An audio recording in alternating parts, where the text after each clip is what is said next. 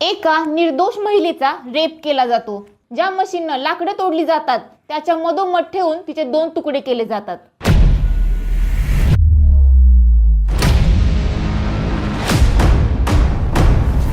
काय होती त्या महिलेची चूक?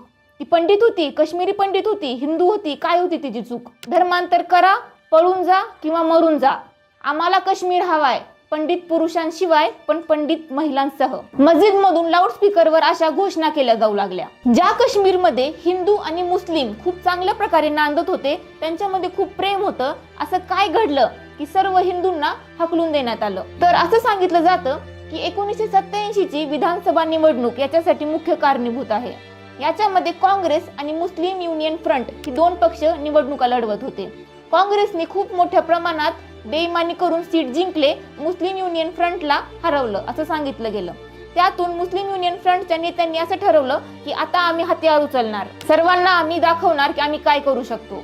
मुस्लिम युनियन फ्रंट मधून पुढे चालून खूप सारे दहशतवादी पण जन्माला आले. या सर्वातून घडलं असं की काश्मीरी पंडितांना टार्गेट केलं गेलं. मुस्लिम युनियन फ्रंटचे जे मोठमोठे नेते होते, दहशतवादी होते, त्यांनी असं सांगितलं की काश्मीरी पंडित बघा ते किती मोठ्या मोठ्या पोस्टवर काम करतात, सगळे टीचर, डॉक्टर, इंजिनियर सर्व काश्मीरी पंडित आहेत, आपण त्यांच्या हाताखाली काम करतो, आपण त्यांचे नौकर आहेत, तुम्हाला जर स्वातंत्र्य पाहिजे असेल, तुम्हाला जर त्यांची सर्व प्रॉपर्टी पाहिजे असेल तर यांना काश्मीरमधून हकलावं लागेल, अशा घोषणा केल्या जाऊ लागल्या. त्यानंतर काश्मीरी पंडितांची घरे जाळली जाऊ लागली, त्यांच्या घरांवर पोस्टर लावले जायचे की तुम्ही इथून पळून जा. अशा प्रकारे त्यांना खूप त्रास दिला. जिथे कुठं काश्मीरी पंडित सापडतील त्यांना मारून टाकलं जायचं. काश्मीरमध्ये एक काश्मीरी पंडित महिला गिरिजा टिकू म्हणून लॅब असिस्टंट होती. ती आपली सॅलरी घेण्यासाठी श्रीनगर मध्ये गेली. सॅलरी घेतल्यानंतर ती तिच्या एका सहकार्याच्या घरी गेली. ती जेव्हा घराच्या बाहेर पडली तर तिला किडनॅप केलं गेलं. 4-5 दहशतवाद्यांनी तिला पकडून उचलून नेलं. सर्व पाहत होते, सर्व गावकऱ्यांनी पाहिलं, तिच्या सहकर्म्यांनीही पाहिलं, पण कुणाचीही हिंमत नव्हती दहशतवाद्यांच्या समोर बोलायची. ते तिला घेऊन गेले, सर्वांनी तिचा गँग रेप केला.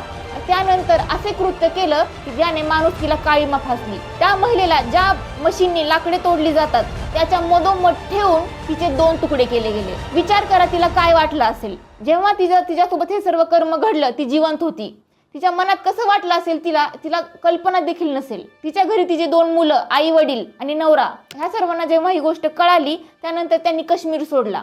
ते अमेरिकेला निघून गेले, आजपर्यंत ते वापस आले नाहीत. तसेच अजून एक घटना म्हणजे काश्मीरमध्ये सरला भट नावाची एक नर्स होती. यासीन मलिक या दहशतवादी त्याच्या मित्रासोबत काहीतरी प्लॅनिंग करत होता, ते तिनं ऐकली. तेव्हा त्यांच्या लक्षात आलं की या महिलेने आपल्या सर्व गोष्टी ऐकल्यात, तर तिला किडनॅप करून घेऊन गेले. तिला इतकं टॉर्चर केलं. ती जेव्हा सापडली मृत अवस्थेत तिच्या अंगावर पूर्ण सिगरेटचे चट्टे होते. त्याच प्रकारे तिला इतक्या गोळ्या मारल्या होत्या की ती तुम्ही मोजू देखील शकणार नाही.